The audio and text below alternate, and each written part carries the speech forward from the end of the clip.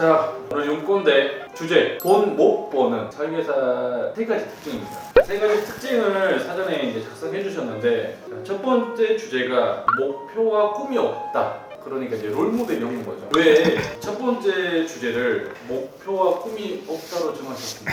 돈을 못 버는 설계사, 돈을 못 버는 인물들을 보면 공통적으로 도드라지는 특징 중에 하나가 뭐냐면, 내가 왜 열심히 해야 되는지 몰라. 내가 왜 이렇게 노력을 해야 되는지 모르고, 내가 왜 절박해야 되는지를 몰라. 그냥 막연하게 잘 벌고 넉넉하고 여유 있고 그랬으면 좋겠다. 어떻게? 쉽게. 근데 이제 뚜렷하게 본인이 뭘 하고자 하는 부분이 있으면 그걸 할 수밖에 없는 거지. 그러니까 실행이 들어가고 행동을 해서 실천을 하게 되는데, 궁극적으로 내가 어떤 사람이 되고 싶다가 없는 거야. 미래에 대한 그림 자체가 없는 거지. 내 인생에서 편안한 길만 쫓으려고 하는 거지. 그러니까 더 쪼들리게 되는 거지. 더 도약하기 위한 시너지가 나질 않는 그런 답답한 굴레 상황에 갇혀 있는 거지.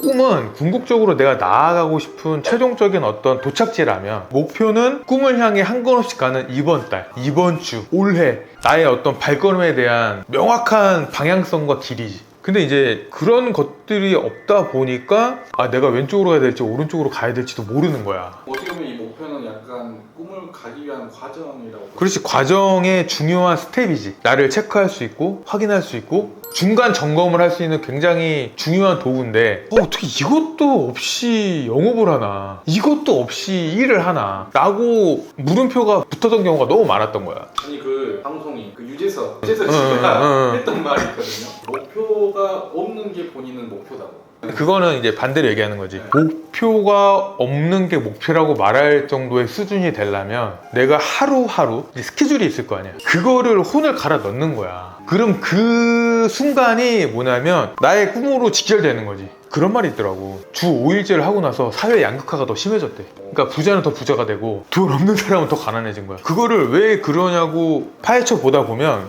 주 7일을 해도 부족한데 쉬는 거야. 5일만 일하고. 이게 뭐 욜로도 안 되고 자기 쓸 돈도 없으면서 일은 적게 하고 싶고 이러다 보니까 부자는 내가 쉬어도 자산이 굴러가는데, 내가 아직 그 레벨에 도달하지 못했는데 나도 주 5일 4일 근무를 하고 쉬고 싶은 거야. 그러면서 사회 양극화가 심해졌다니까? 아니, 어떤 지자체는 이제 주 4일도 시행한다고 하거든요. 아니, 그러니까 4일이 좋지. 아니, 뭐 쉬고 싶지. 근데 그 쉬면서 내가 뭘 할 거냐가 중요한 거지.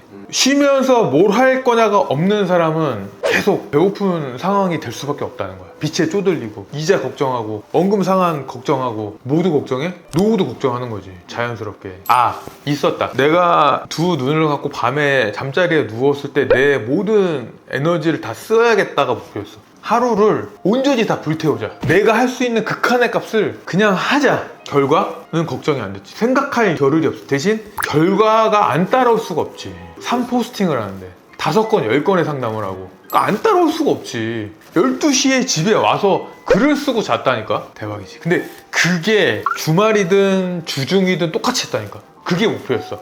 또 한편으로는 난 저게 될까? 그러니까 이게 약간 부정적으로 보는 사람도 있어요. 그러니까 난 저게 될까를 생각을 할 것 같은데, 자, 중요한 건 이거야. 영업하는 사람이야. 내가 오늘 일과에 대한 목표치가 있는데 그걸 오늘 하기로 했으면 하는 거야. 근데 오늘 내일 하다 보면 되게 힘들어. 고통스러워. 자, 시다르타 너무 좋은 책이지. 네. 고통, 배고픔, 나태함, 뭐 어떤 인내들을 극한으로 끌어올려서 본인이 견디는 고행을 하잖아. 그게 우리 업무 환경에 있어야 된다니까. 그걸 함으로써 시간이 줄어들고, 그걸 함으로써 내 실력이 늘고 어나더 레벨이 되는 거야. 근데 그 어나더 레벨, 자, 상위 5%, 10%, 1%가 어떻게 그 견딘과 인내와 학습과 땀방울 흘리는 시간 없이 되냐 이거지. 그게 핵심 가치이기 때문에 내가 강조를 수십 번 수백 번 하는 건데, 와, 그 수원FC 변성환 감독이 라크롬에서 프로인데도 그 나태하게 하는 자기 선수들 보면서 그 울부짖었던 그 소리가 어떻게 보면 나는 동종업계는 아니지만 그 울림의 메시지로 들려온다니까.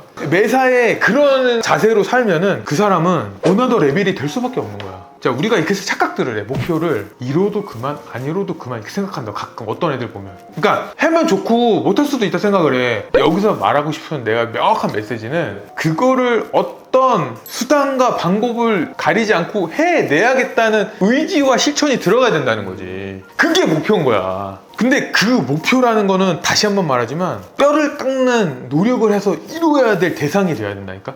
근데 이런 마음가짐이 대부분 없어. 왜 그런지 모르겠어.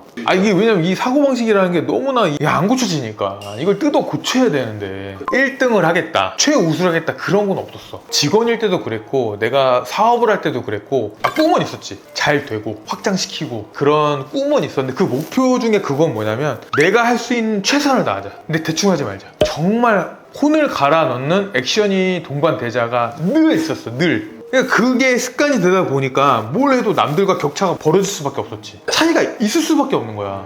근데 그 고행이 이걸 꼭 해야 돼요 라고 물어보면 본인의 현 주소가 지금 어디에 있는지를 물어보고 싶은 거지. 어디에 있겠어? 뭐 중간 바닥 있지 않을까? 근데 그 위에 있는 사람들은 내가 말을 하면 이해를 한다니까? 그 이해의 폭을 줄이는 노력도 필요한 거야. 맨날 좋은 얘기 해주면 뭐해. 난 그게 한심해. 답답하고.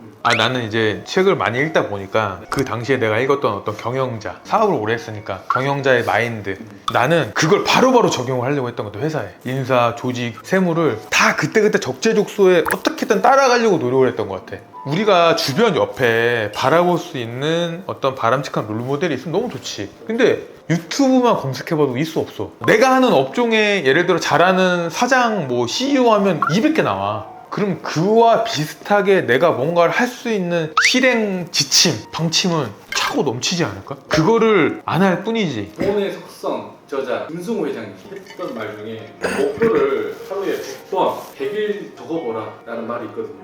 이 부분에 대해서는 좀 어떻게 생각하시는지?